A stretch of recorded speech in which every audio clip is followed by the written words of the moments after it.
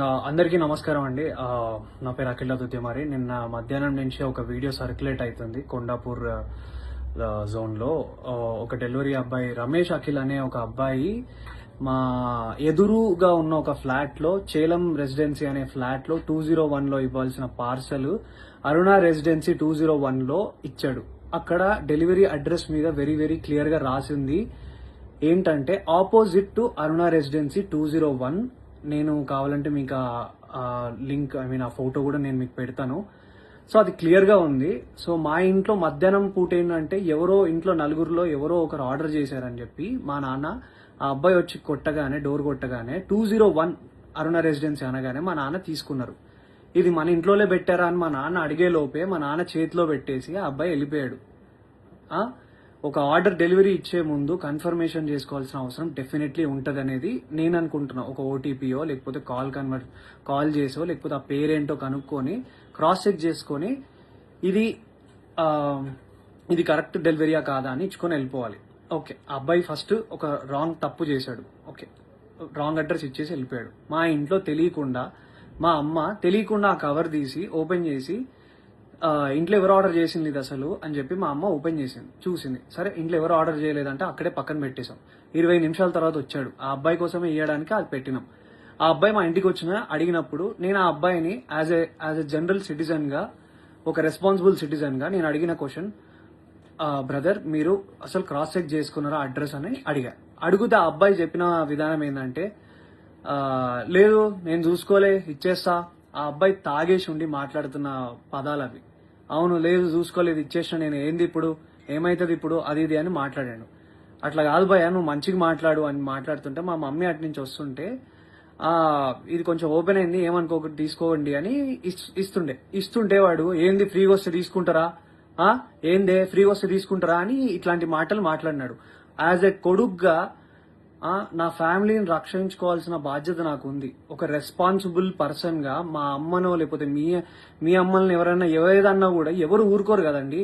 ఎవరి మీదకి నాకేమైనా పిచ్చా, ఆ అబ్బాయితోని నేను గొడవ పడితే నాకేమన్నా వస్తుందా, పోనీ నా కెరియర్కి ఏమైనా హెల్ప్ అవుతుందా, లేకపోతే ఆ అబ్బాయిని నేను హ్యూమిలియేట్ చేసి మాట్లాడితే నాకేం వస్తుంది. నేను ఒకప్పుడు డెలివరీ జాబ్లలో పని చేసుకుంటా ఎదిగి ఈ రోజు హీరోగా అయిన ఉన్నాయి. నాకు ఎవ్వరి మీద కావాలని నెగిటివిటీ చేసి ఆ అబ్బాయిని హ్యూమిలియేట్ చేయాల్సిన అవసరం నాకు లేదు. నా సినిమాలో నేను సెల్ఫ్ రెస్పెక్ట్ గురించే చూపించిన. అట్లాంటిది ఒక అబ్బాయి సెల్ఫ్ రెస్పెక్ట్ తీయాలని నేను ఎందుకు అనుకుంటా. ఆ అబ్బాయి మాట్లాడిన విధానం తప్పు. ఆ అబ్బాయి తాగేసి వచ్చి ఆ ఆర్డర్ ఎక్కడో ఇయ్యాల్సింది ఇక్కడ ఇచ్చిండు. అండ్ ఇదే ఇష్యూ ఏంటంటే, ఇంకో విషయం ఏంటంటే, మా ఎదురింగ్ ఇంట్లో చేలం రెసిడెన్సీలో ఇంట్లో ఉన్న 201 వాళ్ళు ఏంటంటే ఆపోజిట్ అరుణ రెసిడెన్సీ అని పెట్టారు. వాళ్ళ వల్ల ఇది 10th టైం. ఒకసారి కాండమ్ ప్యాకెట్స్ వచ్చినాయి, ఒకసారి సిగరెట్ ప్యాకెట్లు వచ్చినాయి. మీ మమ్మీ మీరు ఫ్యామిలీ ఉన్న వాళ్ళకి సిగరెట్ ప్యాకెట్లు కాండమ్ ప్యాకెట్లు వస్తే మీరు తీసుకోగలుగుతారా? అంటే wrong address definitely, but still అది ఎంత ఎంబారెన్సింగ్ ఉంటది అనేది మీకు అర్థమవుతుందా? నా మీద అందరు సోషల్ మీడియాలో నిజమేంటో, నా సైడ్ నుంచి ఉన్న స్టోరీ ఏంటో తెలుసుకోకుండా అందరు నా మీద నెగిటివ్ కామెంట్స్ కొడుతున్నారు. నీకు అంత బలిసిందా, ఇంది చేసినా అది చేసినా, మా పేరెంట్స్ ని నన్ను అందరినీ ఇష్టం వచ్చినట్టు తిట్టి మాట్లాడుతున్నారు కదా బ్రదర్. నేను అదే అడుగుతున్నా, ఒక్కవేళ మీ ఇంట్లో మీదకి నెగిటివ్ గా మాట్లాడితే మీరు దాన్ని ఎందుకు చేసినావు, నువ్వు చేసింది తప్పు కదా, నువ్వు రాంగ్ ఆర్డర్ ఇచ్చినావు కదా అని చెప్పి నేను ఆ అబ్బాయిని అడగడానికి వెళ్ళిన. ఆ అబ్బాయి ఆ ఆర్డర్ ఆ అబ్బాయికి ఇచ్చేసినాక కూడా మెట్లు దిగుతూ నా ఫోన్ తీసి నువ్వు హీరో కదా, నేను వైరల్ చేస్తా, నాకు తెలుసు నువ్వు అది ఇదని మాట్లాడినాడు. చెప్పండి, నేను రెస్పాన్సిబుల్ గా ఉండి వద్దు నీ ఆర్డర్ నీకు ఇచ్చేసినాక నువ్వు కిందికి వెళ్ళిపో అని మర్యాదగా అబ్బాయిని వెళ్ళిపో అని చెప్పి నేను అక్కడి నుంచి పంపిస్తుంటే ఆ అబ్బాయి వీడియో తీసి ఫోన్ తీసిండు. మా అమ్మ నాన్న వాళ్ళు తానికి వాళ్ళు భయపడ్డారు. అరే ఏం చేస్తున్నాడు ఇప్పుడిప్పుడే మా మనోడు ఇట్లా వస్తున్నాడు, ఈ అబ్బాయి ఏంది ఇట్లా మాట్లాడుతున్నాడు అని చెప్పి వాళ్ళు టెన్షన్ పడినారు. మీరు చెప్పండి, మీరు ఈ సిచ్యువేషన్ ఉంటే మీరేం చేస్తారు మీరు చెప్పండి. నేనైతే రెస్పాన్సిబుల్ గా ఉన్నా. నా మీద జరిగిన ఈ అలిగేషన్ దాని గురించి నేను పోలీస్ వాళ్ళ దగ్గరికి వెళ్ళి మాట్లాడి ఫిర్యాదు చేయడం జరిగింది. సో నేను ఆర్ మా అమ్మ మా నాన్న ఏదైనా తప్పు చేసి ఉంటే definitely we will be sorry for that. నేను కావాలని ఏం వాళ్ళ మీదకి వెళ్ళలేదు. ఆ అబ్బాయి మా అమ్మ మీదకి తప్పుడుగా మాట్లాడిండు, తప్పుడు మాట వదిలిండు, అది కూడా కొంచెం తాగిన మత్తులో ఉన్నాడు. ఆయన ఏ బిల్డింగ్ లో ఇవ్వాలో ఏది ఇవ్వకుండా చూసి ఇచ్చిన విధానం బట్టి నేను ఏం మాట్లాడుతున్నావురా నువ్వు, జాగ్రత్తగా మాట్లాడు, నోరు దగ్గర పెట్టుకొని మాట్లాడు అని చెప్పి నేను వాడిని అడ్రస్ చేసిన. వాడిని కొట్టడానికి నేను వెళ్ళలేదు. మీరు చూసిన ఆ వీడియోలో కూడా మా నాన్న నన్ను ఆపడానికి ట్రై చేస్తున్నాడు. దేనికి ఆపడానికి ట్రై చేస్తున్నాడు అంటే వాడు వీడియో తీస్తున్నాడు, వద్దు నాన్న అక్కడికి వెళ్ళకు, నీకేమైనా అయితే ప్రాబ్లం అవుతుందని చెప్పి మా నాన్న చెప్తున్నాడు.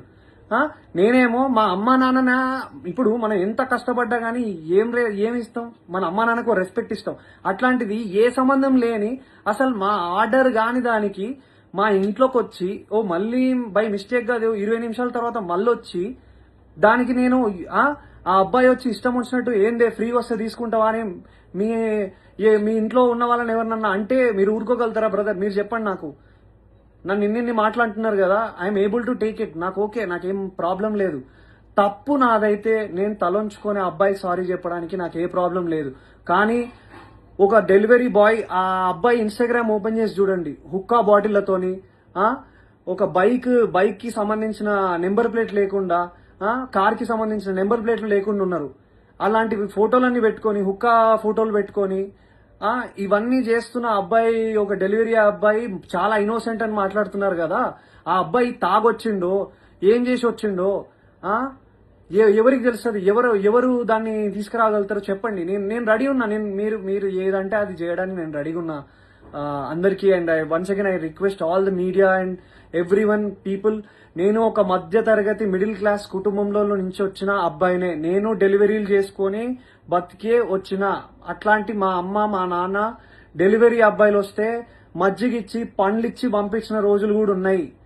మా అమ్మను ఒక మాట అన్నారు, అది తప్పు, అబ్సల్యూట్లీ తప్పు. అది అలా అనడం ఏది కూడా కరెక్ట్ కాదు. అండ్ ఒక సైడ్ డెలివరీ అబ్బాయి నా మీద ఊసింది, నా మీద అన్ని అలిగేషన్స్ చేస్తున్నారు కదా. సీసీటీవీ ఫుటేజ్ ఉంటది కదండి, ఆ సీసీటీవీ ఫుటేజ్ తీసుకోండి. అది కూడా చూసుకొని అప్పుడు మీరు మీడియాలో సర్క్యులేట్ చేయండి. అఖిల్ నిజంగా బలుపెక్కి కొట్టుకుంటున్నాడా అని అప్పుడు వేయండి సార్ మీరు స్టేట్మెంట్లు. అప్పుడు వేయండి సార్ మీరు ఇలాంటి మాటలన్నీ ట్విట్టర్ లో మాట్లాడుతున్న ప్రతి మాటలు. ఇప్పుడు కాదు కదా సార్, ఇది తప్పు కదా. ఒక విషయాన్ని కరెక్ట్ గా అది నిజమా కాదా అని తెలుసుకున్నాక ఒక ఆరోపణ వేయండి సార్. నేను 100% తప్పు చేస్తే నేను ఆరోపణ తీసుకోవడానికి నేను రెడీగా ఉన్నా. కానీ నేను తప్పు చేయకపోతే నా ఇన్స్టాగ్రామ్ లో ఆయన నన్ను డిఫేమ్ చేయడానికి ట్రై చేస్తున్న అందరికీ ఏం ఆన్సర్ చేస్తారు సార్? ఏం ఆన్సర్ చేస్తారు? ట్విట్టర్ లో ఉన్న వాళ్ళైనా ఆ పేజెస్ లో నుంచి ఒక స్టోరీ, ఒక డెలివరీ అబ్బాయిని ఊరికే సరదాగా, నాకేం అవసరం సార్? ఒక హీరోగా ఉండి నాకేం అవసరం? ఒకసారి ఆ డెలివరీ అబ్బాయి జోలికి వెళ్తే నాకేమొస్తుంది సార్? ఆ అబ్బాయి ఏమనకుండా అంటే నిప్పు లేని పొగ వస్తుందా సార్? చెప్పండి, మీరే చెప్పండి సార్, నాకు అర్థం కావట్లేదు. ప్లీజ్ ఈ విషయాన్ని మీరు దయచేసి అందరూ అర్థం చేసుకోండి. నేను ఏ తప్పు చేయలేదు. నేను అక్కడ జనరల్ గా రియాక్ట్ అయ్యాను. మా అమ్మ మీదకి మాట్లాడితే, మా ఫ్యామిలీ మీదకి మాట్లాడితే నేను రియాక్ట్ అయ్యాను. అది నేను ఒక హీరోగా ఉన్నాను కాబట్టి అది డెఫినెట్లీ అది తప్పే, నేను కూడా ఒప్పుకుంటున్నా. అలా అంత అగ్రెసివ్ గా రియాక్ట్ అవ్వాల్సిన అవసరం లేదేమో. కామ్ గా ఉండి వెళ్ళి స్టేషన్లోకి వెళ్ళి చెప్పాల్సిందేమో. కానీ ఆ అబ్బాయి తాగిన మత్తులు ఇంకేదైనా చేస్తే ఎవరు సార్ రెస్పాన్సిబిలిటీ? సో నేను తీసుకోవాల్సి వచ్చింది. అండ్ ఆ అబ్బాయి క్లియర్ గా బ్లాక్ మెయిల్ చేస్తున్నాడు. నా వీడియో తీస్తా అని చెప్పి ఆ వీడియో పెట్టాడు. అండ్ ఇది నేను చెప్పాలనుకుంది ఇది సార్. ఇంకా మీ ఇష్టం. Thank you. జై హింద్.